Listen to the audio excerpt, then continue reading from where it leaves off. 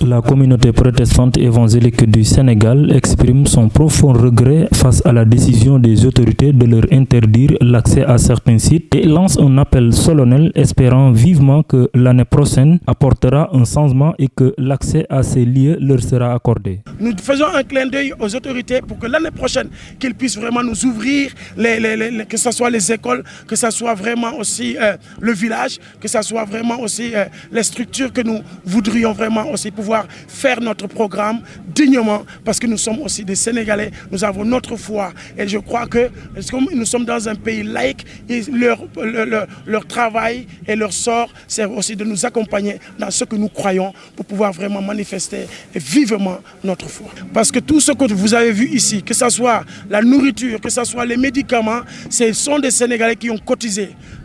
Diapalé, Jéricho. Et tout le monde a donné. Tout le monde a mis vraiment sa main dans la poche pour donner. Donc tout cet argent que nous avons eu, c'est cela que maintenant que nous dépensons pour le bien-être des gens qui sont à Makakaon. En réalité, nous voulons vraiment suivre les pas de Christ. Christ avait dit, il a parlé dans Matthieu en disant que lui-même, il a eu faim et on ne lui a pas donné à manger. Lui-même, il a eu soif et les gens ne lui ont pas donné à boire. Lui-même, il était en prison. Personne n'est venu le voir.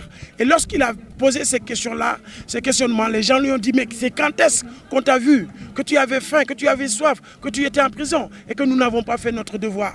Il leur a dit, toutes les fois que vous avez refusé cela à des personnes qui sont sur terre, c'est à moi que vous l'avez refusé. Donc dans cette dynamique, nous croyons que l'homme, on doit l'aider intégralement. Et nous ne pouvons pas vraiment vivre Dieu sans regarder les autres. Donc nous vous regardons et nous voulons vraiment aider les autres en voyant Jésus-Christ dans votre vie. Donc nous avons parlé aussi de gratuité. C'est pour cela que nous faisons maintenant cette occasion, nous prenons au moins cette occasion pour pouvoir aider aussi dans la santé. Nous faisons des consultations gratuites, nous donnons aussi les médicaments gratuitement, tout simplement pour faire du bien à l'homme intégralement.